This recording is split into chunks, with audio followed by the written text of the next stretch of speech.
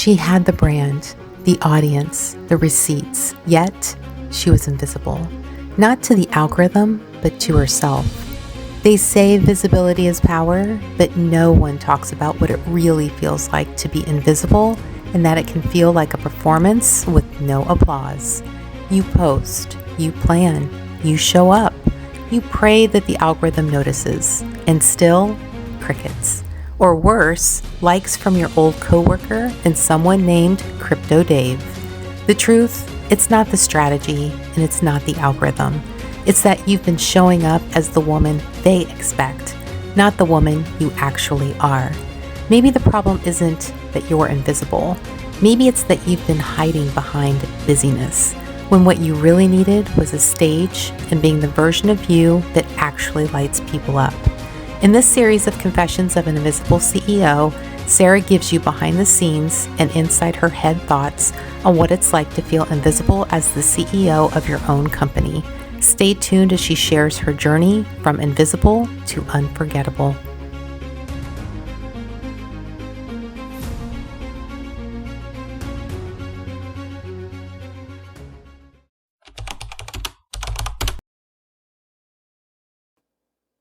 She's told her story before, but only the parts that didn't make anyone uncomfortable. She made it digestible, inspiring, branded. But there's another version, the real one, the one she tells herself quietly in the dark. In that version, it's the one that actually converts.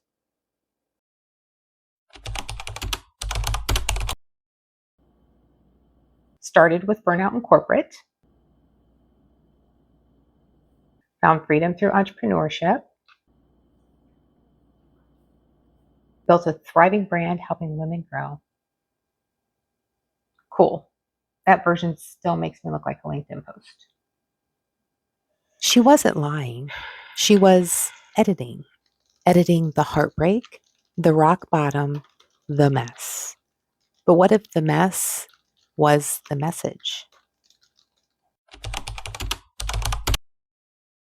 Okay, so your About Me page, do you want me to keep the part about the TEDx application or go deeper? Deeper how?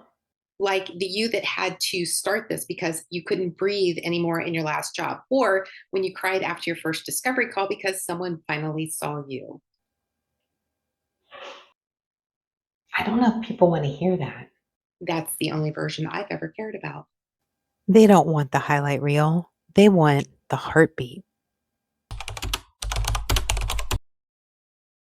When I look through my journals, it's like I've told the story so many times that it stopped feeling true. Almost like I'm reading a character bio. That version served you. Now it's time to tell the one that saves them. But it still hurts. Exactly. And that's how you know it's real. She wasn't afraid to tell the story. She was afraid of who she'd be without the filter. And record. I've told you the neat version of how I started, the timeline, the wins, the curated transformation. What I haven't told you is how I built this because I was scared that no one would choose me if I didn't make myself useful. How I stayed small for so long because I confused being humble with being silent, and how I still sometimes feel invisible, even now. But if telling this version of my story helps even one woman stop hiding behind strategy and finally show up as herself, then I'll keep telling it. Unfiltered, unpolished, unapologetically me. Publish. No script, no hooks, just truth. And that's what broke the internet.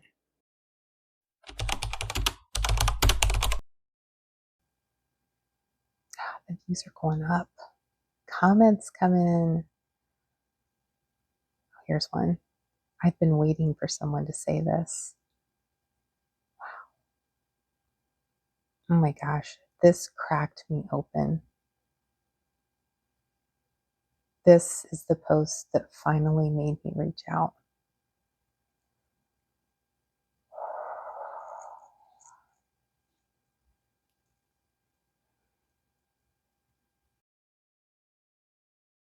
You know what nobody tells you about hitting those big milestones? It can be shockingly lonely.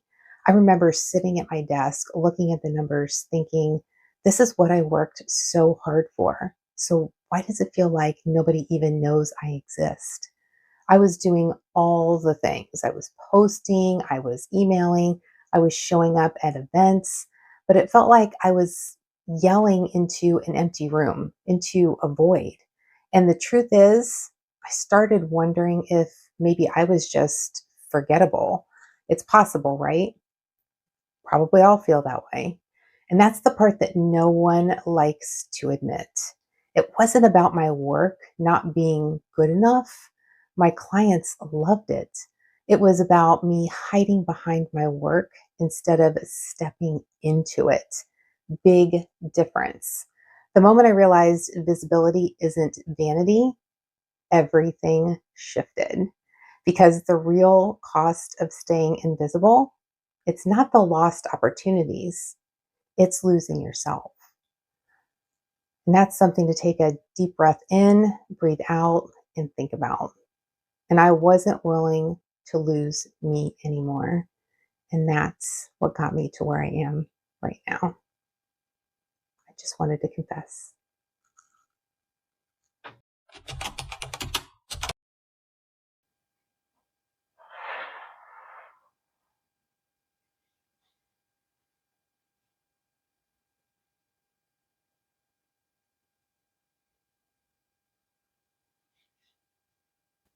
Visibility doesn't come from being loud, it comes from being honest.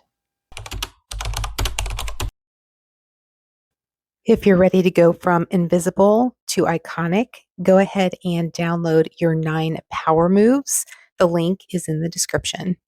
Episode 6 is where we stop asking for permission and start leading with unapologetic power.